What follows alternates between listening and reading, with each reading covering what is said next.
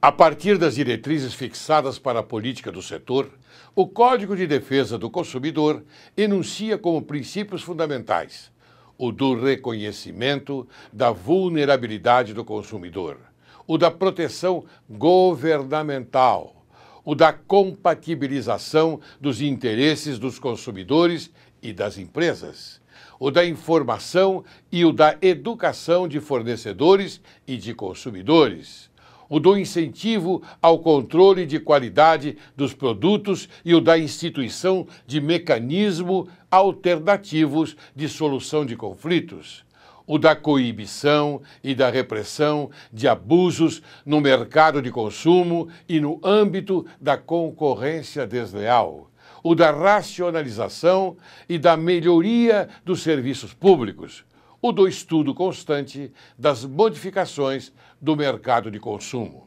No âmbito dos interesses econômicos, reconhece-se direito à proteção contra a publicidade enganosa, métodos desleais e práticas e cláusulas abusivas no fornecimento de bens e de serviços. Outro direito de relevo, nesse plano, é o de modificação das cláusulas contratuais que estabeleçam prestações desproporcionais, bem como a revisão por fatos supervenientes que as tornem excessivamente onerosas. Acrescem-se ao rol os direitos à efetiva prevenção e à reparação de danos individuais, coletivos e difusos. O sancionamento principal encontra-se na teoria da responsabilidade civil, como, aliás, ocorre com todos os direitos de ordem personalíssima, traduzindo-se, em concreto, pela indenização de danos morais e patrimoniais sofridos pelo lesado, e sem prejuízo de outras medidas protetivas cabíveis. Consagrou-se, a propósito, a responsabilidade objetiva.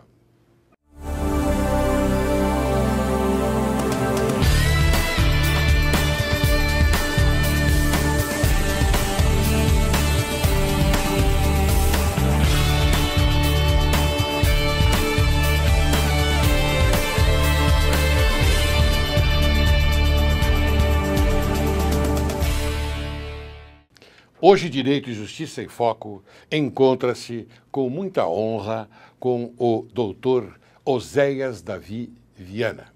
Quem é doutor Oséias Davi Viana? É advogado especializado em recuperação de empresas, antigas concordatas e falências e liquidação de bancos e financeiras. Juiz do primeiro Tribunal de Alçada Civil de São Paulo e desembargador do Tribunal de Justiça de São Paulo pelo 5º Constitucional de Advocacia, ora aposentado. Formado na turma de 1967 da Faculdade de Direito do Largo de São Francisco, USP. Créditos de doutorado em Direito Processual Civil na PUC, São Paulo, e na USP em 1976 e 1982. Foi professor assistente do professor Dr. João Batista Lopes, na cadeira de Direito Processual Civil, do curso de graduação em Direito da Pontifícia Universidade de São Paulo, PUC. Professor também convidado do curso de especialização em Direito Processual Civil, na PUC, organizado e dirigido pela excelente professora doutora Tereza Alvim. Foi professor também do curso de especialização em Direito Civil, Responsabilidade Civil da FIEL, Faculdades Integradas de Osasco. Palestrante em diversas instituições de ensino, de subseções da Ordem dos Advogados do Brasil, de institutos e associações de advogados. Participante do programa Linha Direta com a Justiça na Rádio Bandeirantes de São Paulo, a cargo do excelente Milton Parron. Conselheiro do Instituto dos Advogados de São Paulo, IASP, atualmente advogado em São Paulo e parecerista na área de direito privado, especialmente em direito societário. Bem, este nobre advogado e desembargador aposentado, o currículo é um pouco mais extenso, mas Lamentavelmente, eu tive que encurtá-lo para que a gente possa absorver bem aquilo que ele vai falar. Hoje nós vamos falar sobre o direito do consumidor. E ele é excelente. É uma pessoa indicada para que você tenha conhecimento, porque este é um programa de informação correta e verdadeira. Oséias, como vai, tá bom? Bem, obrigado. É uma honra e um prazer participar do seu programa, que é um grande serviço à sociedade e às pessoas que ouvem, porque serve de orientação e parâmetro para que possam exercer bem os seus direitos e a sua cidadania. Muito bem. Bem, eu tenho algumas perguntas a fazer a você. Mas, olha, eu quero repetir, porque é claro que você está acostumado todas as sextas-feiras a falar na Rádio Bandeirantes, não é? Mas aqui é televisão e eu fico honrado em tê-lo aqui, porque já participei com você em vários programas lá na Rádio Bandeirantes. Mas aqui eu vou ter esta grande honra de recebê-lo e mostrá-lo aos nossos telespectadores e à sociedade brasileira. Tá bom? A honra é minha e o prazer de falar. Muito bem. Vou lhe fazer então a primeira pergunta. Tem sido frequente a reclamação de consumidores adquirentes de bens duráveis, como veículos, eletrônicos em geral, etc., da falta de peças de reposição de produtos fabricados em nosso país ou importados de outros países do mundo e vendidos em nosso mercado interno, muitas vezes ficando o seu meio de transporte e os seus aparelhos utilizados em casa, no trabalho, paralisados por largo tempo, sem a devida e necessária substituição de um componente avariado ou danificado.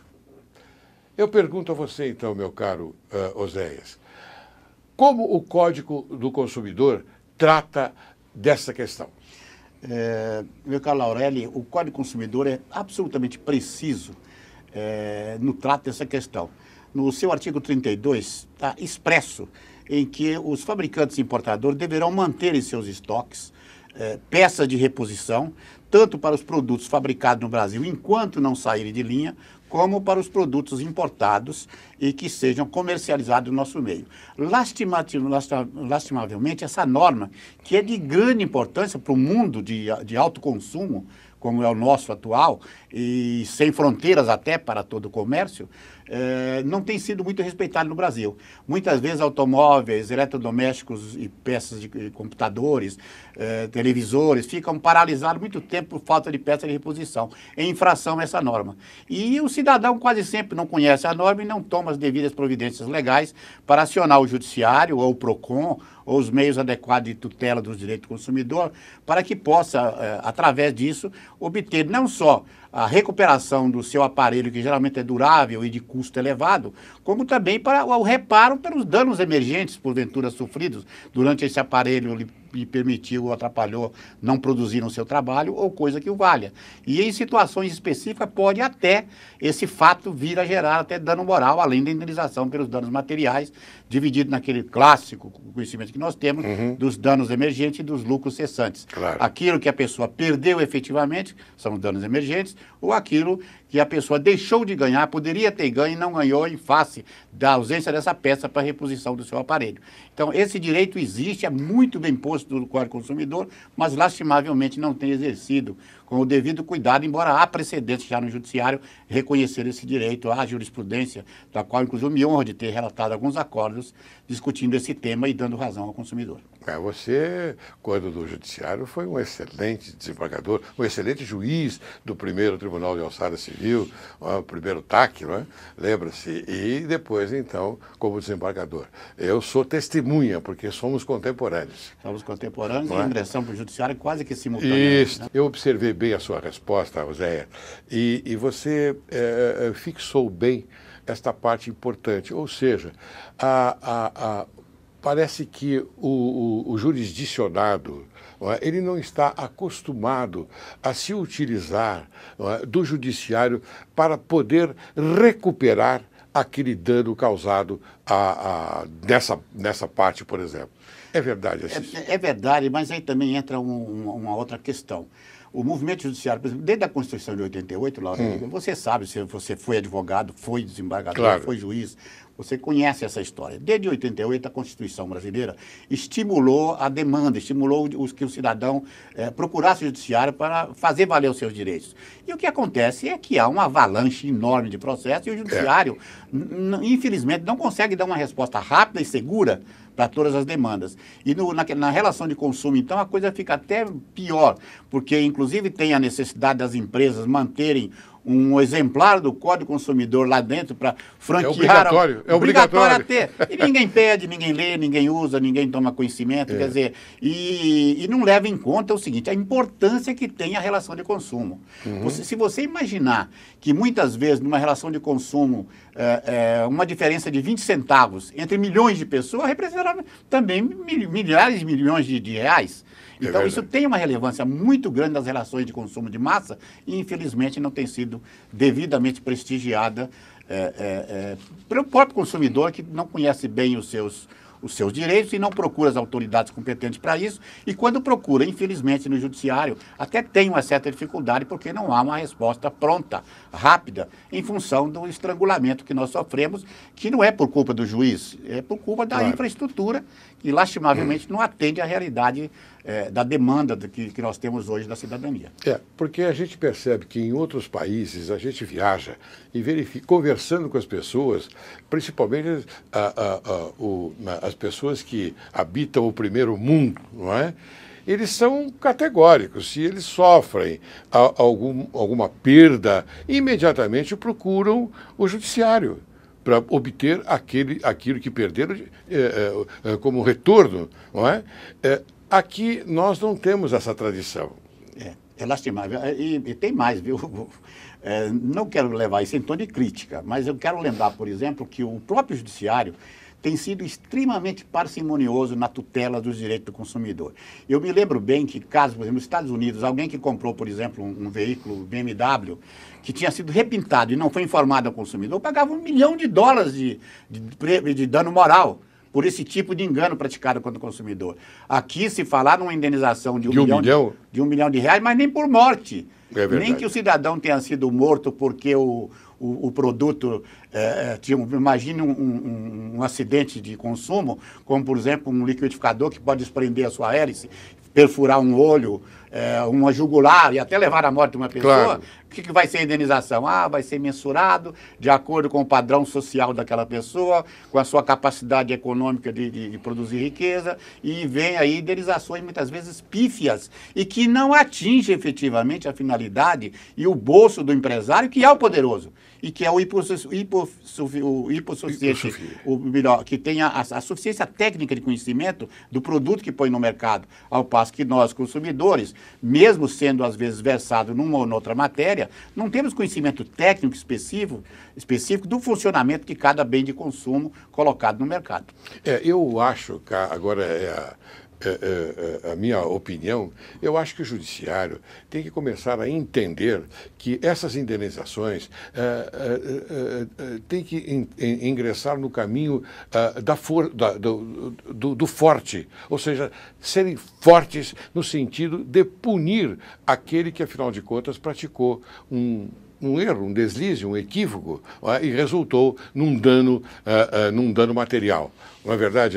Não, o dano material é moral. O dano material... Ou moral, claro. O dano material, Laura, ele até não tem grande dificuldade, porque ele é mensuravelmente mais fácil de se verificar. Dá para você ver o que a pessoa deixou efetivamente de ganhar ou aquilo que ela poderia razoavelmente ter oferido se não houvesse o dano na relação de consumo. Mas quando chega no dano moral, eu realmente me desanimo muito, porque o parâmetro é aquele.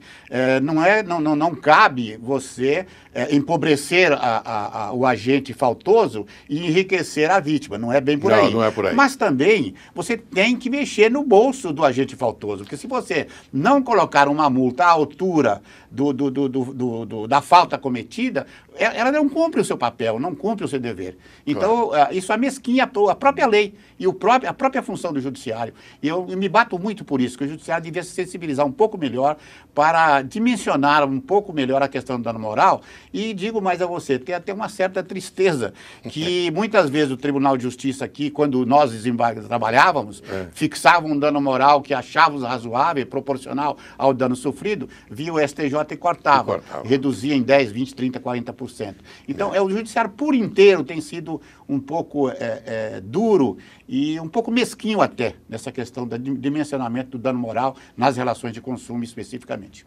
Bem, você está vendo, caro telespectador, que nós estamos aqui não falando mal absolutamente, mas nós estamos levando para você alguma coisa no sentido de que deve ser melhorado, porque o dano moral, como diz o doutor Oséias, ele é importante ser restituído, não como ele diz, para enriquecer, absolutamente, ninguém quer enriquecer ninguém. É apenas uma questão de direito, uma questão de justiça, que o direito da pessoa seja bem equitativo. Bem, eu tenho mais perguntas a fazer a você, meu caro Oséias. Ainda falando de relação de consumo, outro grave problema com os consumidores está relacionado com os serviços de bancos, como crédito, empréstimos, uso de cartões de crédito, financiamentos diversos, etc. Há notícias, inclusive, que os bancos constantemente fazem pressão, ou seja, lobby, junto ao Legislativo Federal para excluir as relações bancárias da tutela do Código do Consumidor. Meu Deus do céu, como é que você acha isso? Essas questões é lamentável se acontecer. Não, e acontece sim. É lastimável e é uma verdade, porque é óbvio que quem tem poder, e banco tem poder econômico, tem poder de pressão e tem meio de fazer lobby sim. Claro. E houve, logo no começo da vigência do Código Consumidor, um debate imenso se as relações bancárias estavam ou não, caracterizariam ou não relação de consumo. Levou-se um tempão nessa discussão, né? Até porque dizia-se que isso não se pegava dinheiro para consumir, que não se consome dinheiro, que o dinheiro é o bem fungível dos fungíveis, é o mais fungível dos bens, porque ele se transforma em qualquer outra coisa, né? Claro. Para o bem e para o mal. Então, na verdade, as relações bancárias, até que enfim, a jurisprudência se firmou e tem entendido que está sujeito ao Código Consumidor. Uma outra exceção, uma relação do empresário que tem um alto conhecimento técnico das operações de crédito, pode ou não, independentemente do tipo de dinheiro que ele está tomando para investir ou não ser caracterizado como relação de consumo. Mas, via de regra, tem sido caracterizado como relação de consumo. Mas, na minha opinião, a grande deficiência que tem hoje é no uso do cartão de crédito. É aí que me parece, Laurélio, que está o grande problema das relações de consumo no Brasil. Porque o que nós temos muito interessante é que não há uma disciplina. Você vê, por exemplo, que uma empresa que usa o cartão de crédito, ela se filia a uma bandeira de cartão de crédito, eu tomo cartão de crédito, vou comprar uma máquina de lavar, pago lá em 10 vezes, aquela empresa que associou, além de estar pagando uma comissão alta para a bandeira do cartão, por exemplo, está ganhando sobre o verdadeiro faturamento do empresário, não há uma disciplina para fixar esse percentual, né? Você ainda tem ainda uma taxa de juros que é cobrada sobre aquele valor parcelado. E aí esses juros se acumulam, os juros de cartão de crédito são, eu costumo brincar, parece baleia-orca, são assassinos, são terríveis, né? Talvez conta bancária e cartão de crédito são os dois juros mais violentos do Brasil, que no mundo inteiro parece que no ano não se cobra a taxa que cobra por dia. Não estou falando por mês nem por ano, por dia. Então, até a propósito, Laércio, tem... Mas quer dizer que então a sociedade está refém dos cartões de crédito? Se não é refém, é quase. Se não é refém, é quase. A propósito, tem até uma questão muito interessante. Por acaso, eu tenho um colega de turma e amigo pessoal, que é o nosso senador Aloysio Nunes Ferreira, que está lá no Senado em Brasília, e tem um projeto de lei interessantíssimo para disciplinar exatamente essas relações de consumo do cartão de crédito, para fixar um freio no limite das taxas que se cobra do empresário, dos comerciantes, para afiliar-se ao cartão de crédito, e também um limite da taxa para os juros daqueles compradores que fazem o parcelamento da parte do lojista, quando ele banca isso aqui, porque ele acrescenta isso no custo da mercadoria, é óbvio, claro, né? E quem paga é o consumidor. E quem paga paga é o consumidor. Então, até que esse projeto, se for aprovado, se for votado, vai trazer uma grande melhoria na relação de consumo de cartão de crédito, que hoje é realmente um dos pontos críticos das relações de consumo em matéria bancária e de empréstimo bancário. Isso sem falar naqueles famosos financiamentos de casa própria e nessa brutalidade que é a alienação fiduciária de imóvel, onde a pessoa, por uma inadimplência de 2 meses, 3 meses, no máximo, perde, assim, de plano, extrajudicialmente, o seu imóvel. Uma coisa brutal. E está sobrecarregando o judiciário, porque tem muita abuso de direito por parte do poder econômico em cima dessas questões. Isso é lastimável e estão nas relações de consumo. E hoje, se nós pensarmos, a relação de consumo é quase tudo. As relações de direito de outras áreas, da família, da propriedade, já estão muito mais consolidadas e definidas, e a relação de consumo é o que domina hoje. Tudo é relação, quase tudo é relação de consumo hoje, né? Oxalá o nosso querido senador, ele possa conquistar, não é, alguma coisa em benefício da sociedade, porque somos nós, no final, é que pagamos a conta, na verdade. Com certeza. Somos nós que pagamos.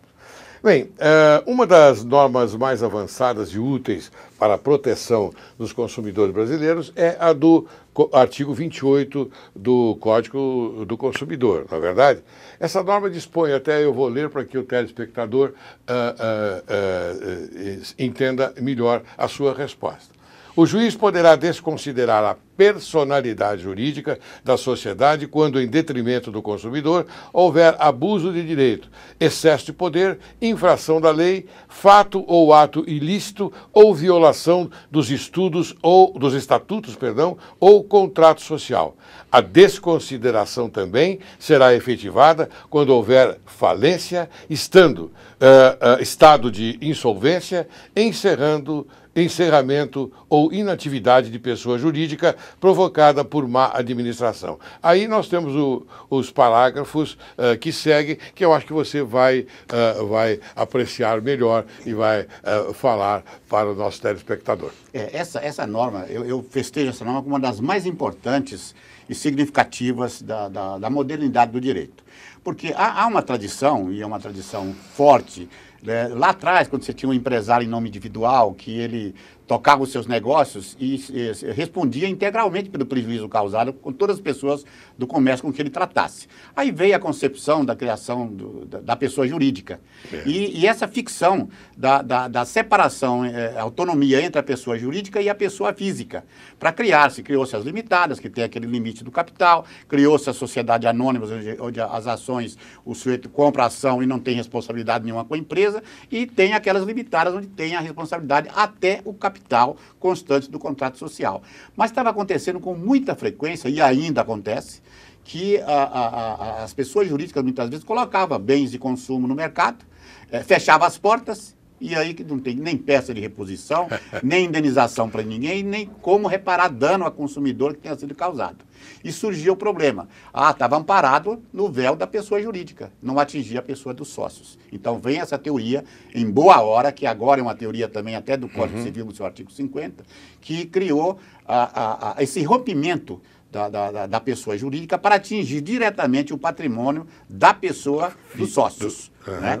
E isso acontece por má administração, quebra, abuso da pessoa jurídica, e é muito importante que às vezes a construção foi tão longe que hoje nós temos situações até muito interessantes. Alguém que abre uma empresa, coloca a mercadoria no comércio, depois fecha a empresa, não dá baixa na junta comercial, para de pagar impostos e cruza os braços e acha que não tem mais responsabilidade nenhuma. Então vem agora, inclusive essa inatividade da empresa é um ato tido como abuso de direito, como ato que traz dano e leva diretamente, você desconsidera, aí vem a desconsideração da autonomia da pessoa jurídica, que vai atingir diretamente o patrimônio do sócio para que ele possa reparar o dano que tenha causado ao consumidor, e muitas vezes até o fornecedor hoje já em função do artigo 50 do Código Civil, para que você possa superar esse véu da pessoa jurídica e atingir a pessoa física. Eu estou tentando falar de uma maneira mais popular e simples, para não usar muito termo técnico, para que o cidadão comum possa entender como é bonita essa parte do direito e como é relevante isso para o consumidor, que a gente cria a pessoa jurídica, imagina essas ficções jurídicas e depois vai construindo as soluções para chegar ao melhor ponto de justiça e de atingimento da proteção do cidadão e dos seus direitos. Muito bem, eu vou chamar agora um pequeno intervalo, meu caro Oséias, e depois você pode continuar explicando também, continuar a explicar ao telespectador todos esses meandros, não é, da pessoa jurídica e da pessoa física. Eu acho isso importante, porque o telespectador possivelmente não tem um conhecimento mais amplo. E esse é um programa que nós informamos, como eu disse a você já no início, nós informamos a verdade ao telespectador. Você aguarde que logo, logo retornaremos.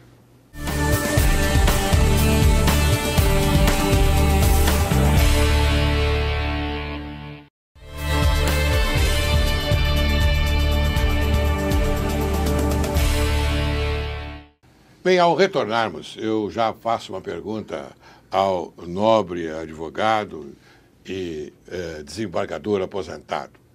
Outro tema importante das relações de consumo é a questão do ônus da prova e sua inversão.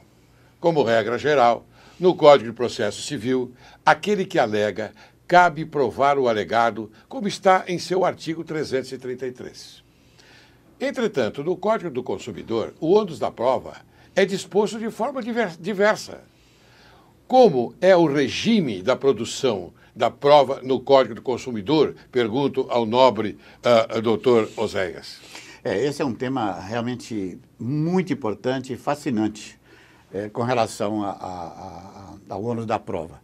Porque, como você bem já colocou, com toda clareza, né, nas relações jurídicas civis normais, quem alega perante o juiz deve provar. É provar. Salvo raríssimas exceções, né?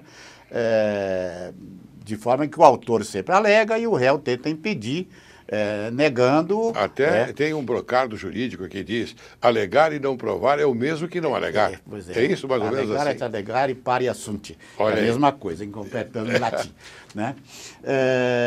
Na verdade, o ônus da prova no Código Consumidor é muito interessante a construção do Código Civil e foi um tema muito bem trazido no Código Consumidor, que é esse o seguinte: parte do pressuposto de que nós, homens comuns, quando compramos um barbeador, compramos uma televisão, uma filmadora, você não sabe os princípios técnicos, como é que aquilo funciona.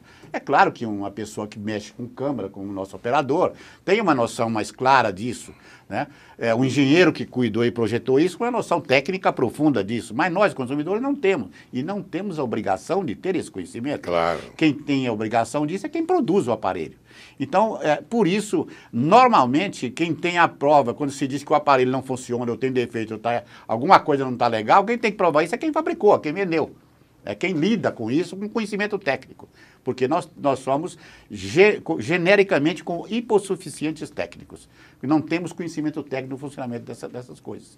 Então surge esse princípio muito interessante, que é da inversão do ônus da prova, que quem vai a juízo é que deve provar, e ao contrário. Eu vou a juízo dizendo que tem um defeito, quem tem que provar que não tem um defeito, ou que houve má utilização do aparelho, é o produtor ou o revendedor, claro, aquele que conhece a situação do aparelho. Né? E aí surge uma questão técnica que é das mais relevantes e na qual eu me bati muito para tentar ver se fixava uma jurisprudência e acabei batido, vencido, não diga, quase sempre em todos os acordos em que eu participei, porque eu tive a honra e a alegria de ter como meu revisor nada mais, nada menos do que a autoridade Luiz Risato Nunes, que é uma das maiores autoridades em relação de consumo no país, claro, que é professor emérito e professor titular de cadeiras em Santos, aqui na PUC.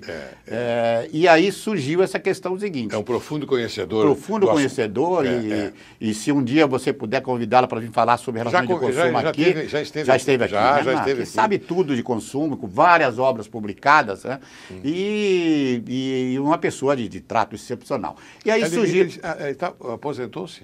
Ele aposentou-se do judiciário e está se dedicando somente no curso de pós-graduação, mais agora intensamente na Universidade de Santos, e tem viajado muito para os Estados Unidos, que ele tem familiares lá, então ele está sempre cuidando de relações familiares lá nos Estados Unidos. Mas voltando à questão da relação da inversão do ônus da prova, então surge esse problema. Eu sempre me entendi que a inversão do ônus da prova se resume como regra de julgamento. Na hora que o juiz vai julgar, porque normalmente as partes tentam fazer a prova. Eu digo, não está funcionando por isso, por aquilo, porque tem um fio que não foi conectado, tem um fio solto, tem isso, tem aquilo, ou um fio com uma capacidade menor do que aquela que podia ser lá, ou alguma coisa do tipo, ou um chip que não está assim, não está assado, e acaba a prova emergindo. Então, nesse caso, não há necessidade de inversão do ônus da prova, porque a prova foi produzida, o juiz vai saber decidir exatamente e proteger o consumidor e dar a solução ao caso. Mas, se não se colheu no processo a prova, independentemente de quem deveria fazer essa prova. Então surge esse problema, a inversão do ônus da prova. Como é que vamos fazer isso? Para mim é regra de julgamento. Só deve ser feito na sentença e não há necessidade, embora nisso eu fiquei vencido, de se advertir ao réu na relação de consumo de que poderá haver inversão da prova. Não, porque é a lei que diz isso. Eu não tenho que adverti-lo, mas o entendimento que pacificou na jurisprudência é contrário ao meu entendimento. Não, você deve advertir o produtor ou o fornecedor de produtos que poderá haver inversão da prova, né? Isso acabou predominando. O que eu acho que há um equívoco, porque se é regra de julgamento, é algo a ser decidido e apreciado na sentença. Está aprovado, não se fala de inversão. Não está aprovado, inverte o ônus da prova. Quem tem conhecimento técnico é o produtor e o fornecedor.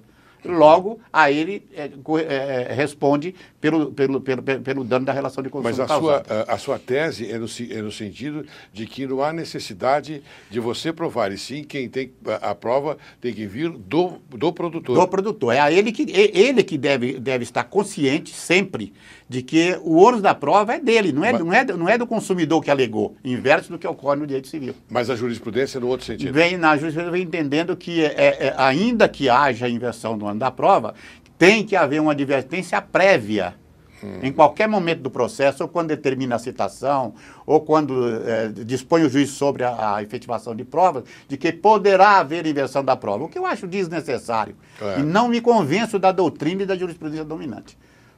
Fiquei sempre parte vencido nisso, porque não tem que advertir nada para o produtor. Ele sabe que chega na hora da sentença. Se ele não provou que aquilo lá não está funcionando, que não há o defeito, ou há culpa de terceiro, ou coisa do tipo, ele vai responder pelo reclamo do consumidor. Claro. E eu penso assim, e decidia nesse sentido, mas era reiteradamente vencido. Bem, me diga uma coisa agora, são direitos básicos do consumidor, a facilitação da defesa de seus direitos, inclusive com a inversão do ônus da prova a seu favor no processo civil, quando a critério do juiz for verossímil a alegação ou quando for ele hipossuficiente, segundo as regras ordinárias de experiência. Esse é o inciso 7º do artigo 6º do Código do Consumidor. Que trata da matéria. E você teve já algum problema? Bom, você nos informou os seus problemas de ordem do judiciário, quando você... De convicção pessoal. De convicção pessoal. Agora, como advogado, quais são as suas relações nesse sentido? Você já teve alguma causa em que você conseguiu conquistar, não é, uma vitória segundo a sua tese? Não, lastimavelmente não, porque como advogado tem que ser pragmático. Claro. Se eu tenho que defender o interesse do meu cliente e sei que a jurisprudência dominante é contra o meu pensamento, ainda que eu faça uma alegaçãozinha e até defenda o meu ponto de vista, o que eu busco é o melhor resultado possível para o meu cliente, de acordo com a orientação jurisprudencial dominante. Não, mas eu pergunto se houve uma coincidência já. Não vi nenhum caso que tenha aproximado do meu pensamento. Eu cheguei até a escrever artigos sobre isso, mas até hoje eu não vi nenhum caso judicial decidido, a jurisprudência, que tenha aproximado do meu pensamento sobre essa matéria da inversão do ônus da prova como regra de julgamento.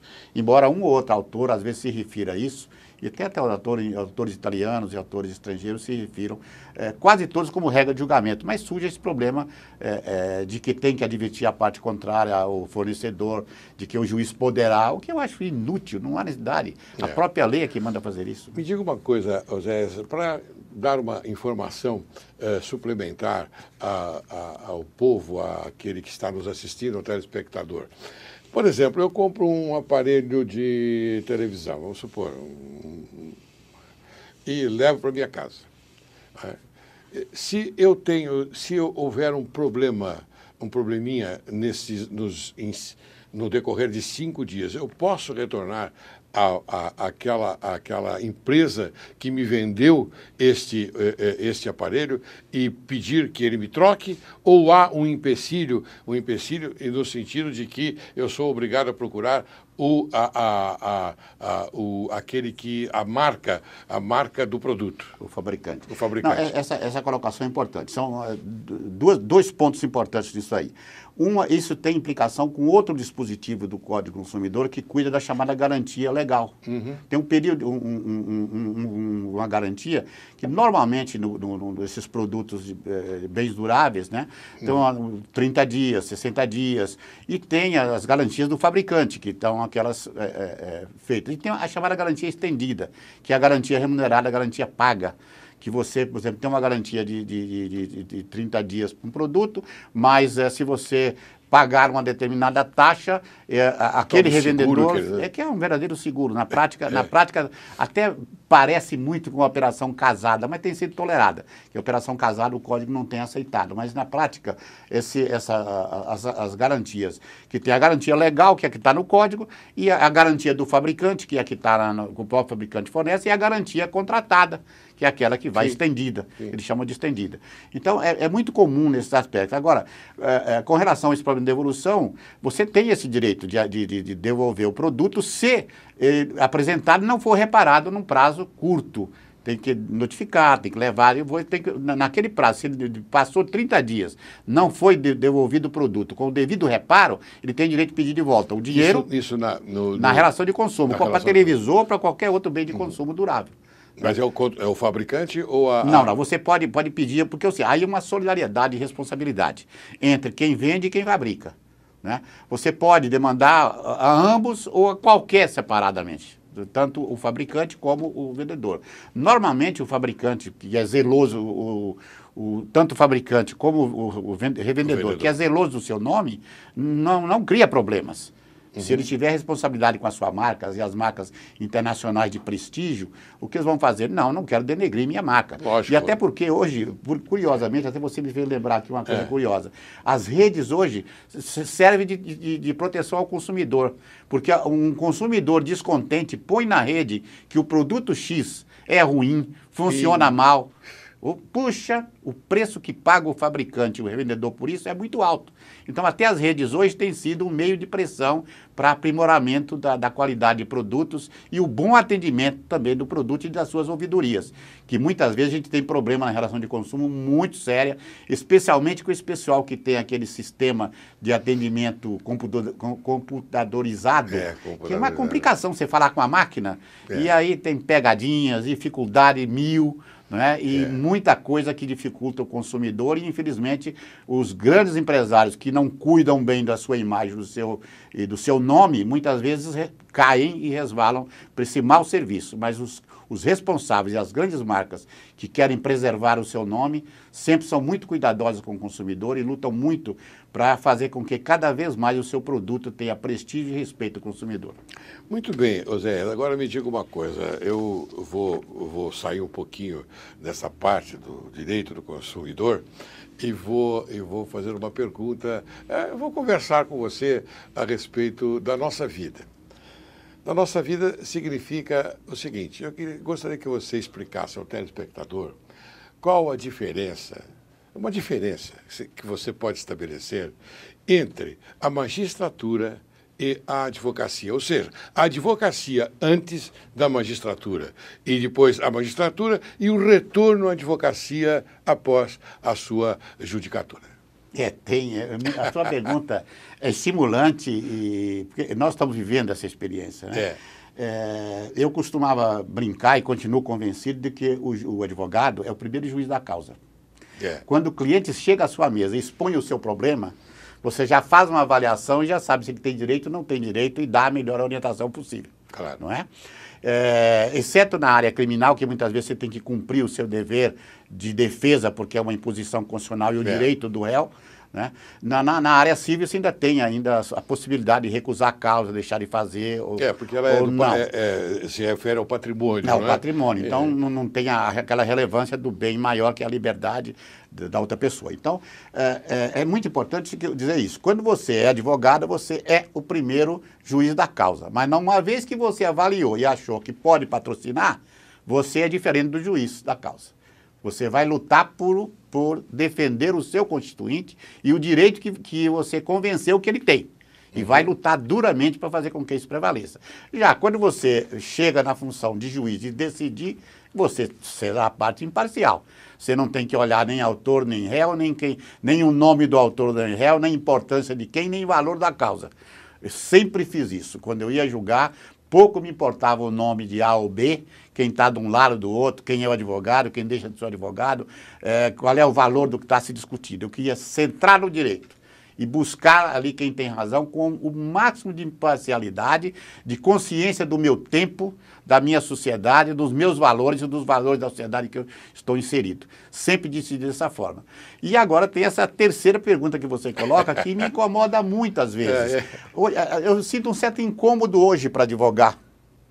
Até um certo incômodo, porque o judiciário, como os advogados, são seres humanos, os juízes são seres humanos. Claro. E muitas vezes um juiz de primeiro grau lhe recepciona com um carinho, com uma atenção, cita decisões suas, te faz uma lua danada, você chega até a ficar com vergonha da parte contrária, porque pode achar que esse tipo de elogio pode comprometer a imparcialidade do juiz e não compromete. Claro que não compromete. E outras vezes você encontra agressividade. Acha que você, por ter sido desembargador, quer impor ponto de vista, quer impor tese, quer saber mais do que ele, e não é o caso. Né? Ali você é advogado. Então tem uma dificuldade muito grande e a gente procura resolver isso exercendo um negócio que São Francisco fazia muito, né? A humildade. Né? Baixar a bola, ser humilde que puder, não dar recibo a mau humor que possa haver da parte de nenhum magistrado, porque são seres humanos também e tem seus dias de aborrecimento, dias de felicidade, tem dia que está bem, tem dia que está mal, como nós mesmos temos isso, né?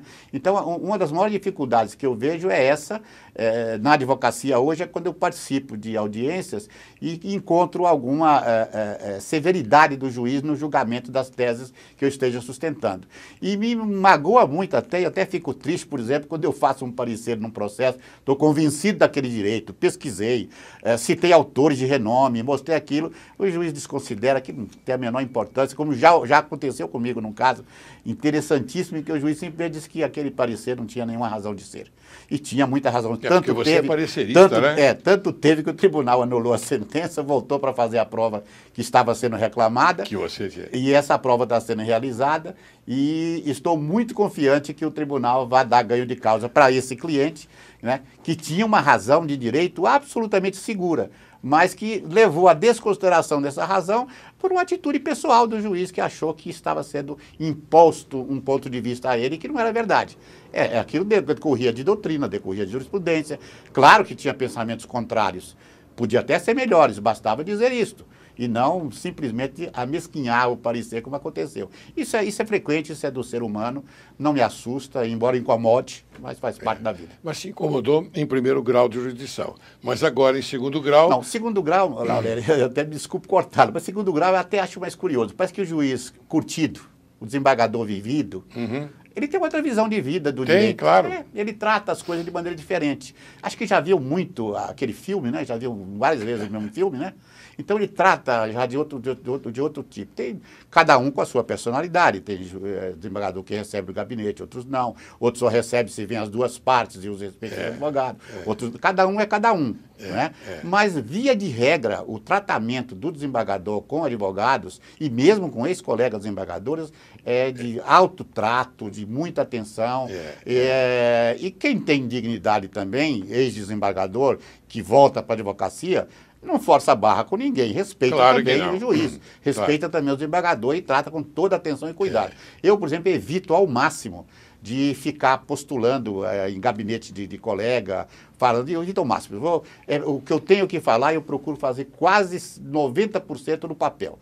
Só vou para um gabinete falar quando é alguma coisa muito difícil de explicar no papel e que exige um contato pessoal por esclarecimento qualquer. Fora disso, eu trato desse jeito e não tenho tido dificuldade. Realmente, o trato com colegas desembargadores do Estado ou de qualquer outro Estado, até de tribunais federais, são de tratamento liano, de alto nível e muito agradável lidar nesse campo da advocacia. Se eu puder só advogar na segunda instância, seria muito bom, mas infelizmente muitas questões têm que começar da primeira para fazer o alicerce da causa e levar o caso até o fim. Bom, eu já estou terminando o programa, meu caro Oséias, e lamentável porque a nossa conversa ela é bastante importante.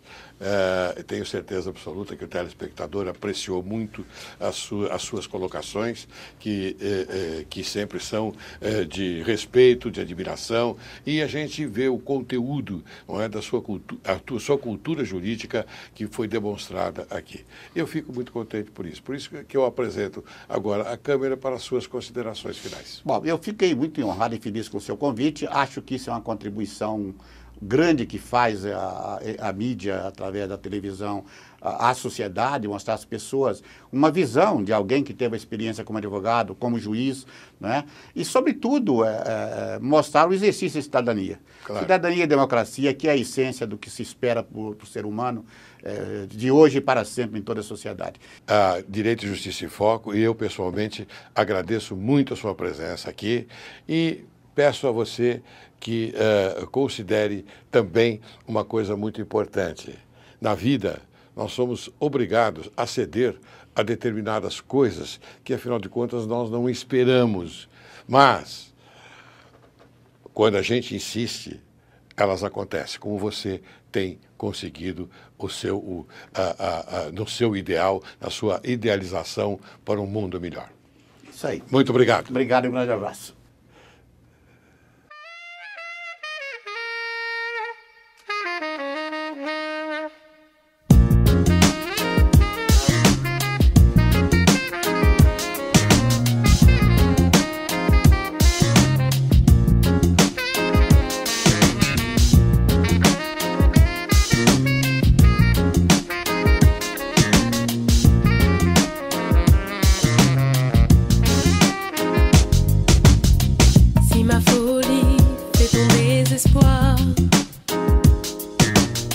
Ne m'en veux pas, je n'ai pas voulu te faire